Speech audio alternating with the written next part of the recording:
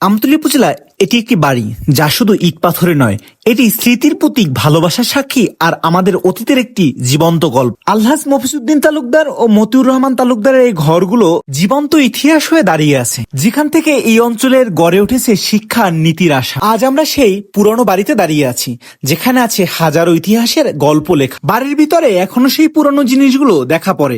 আমরা সেটা দেখতে আজকে গিয়েছিলাম। মফিজউদ্দিন তালুকদারের হাত ধরেই আমাদের এই অঞ্চলে শিক্ষার আলো ছড়িয়ে পড়ে। তার সেই পুরনো বাড়িতে যাওয়ার পরে আমরা সেই পুরনো কিছু দেখতে পেলাম, যেটা আমাদেরকে খুবই আকর্ষিত করেছে।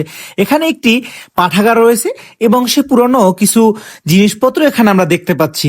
অনেক মজবুত জিনিসপত্র আমরা দেখতে পেলাম, এখনো মনে হচ্ছে যেগুলো জীবন্ত কাঠ দাঁড়িয়ে আছে। বাড়িতে যে পরিচালনার দায়িত্বে থাকে তার সাথে কথা বলে জানতে পারলাম বাড়িটির বয়স প্রায় 100 বছরের বেশি হয়েছে।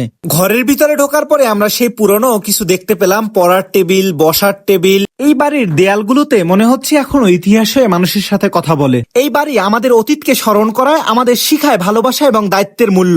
এটি শুধু একটি বাড়ি নয়, এটি আমতলীর হৃদয়ের ইতিহাস। মতিউর রহমান তালুকদার বরগুনা 3 আসনের সাবেক এমপি, যিনি মানুষের জন্য রাজনীতিতে দায়িত্ব পালন করেছেন। আমতলীর ইতিহাসে এটি একটি প্রাচীনতম বাড়ি, আর এ বাড়িটি ভিজিট করে আমাদের কাছে বেশ ভালো লেগেছে।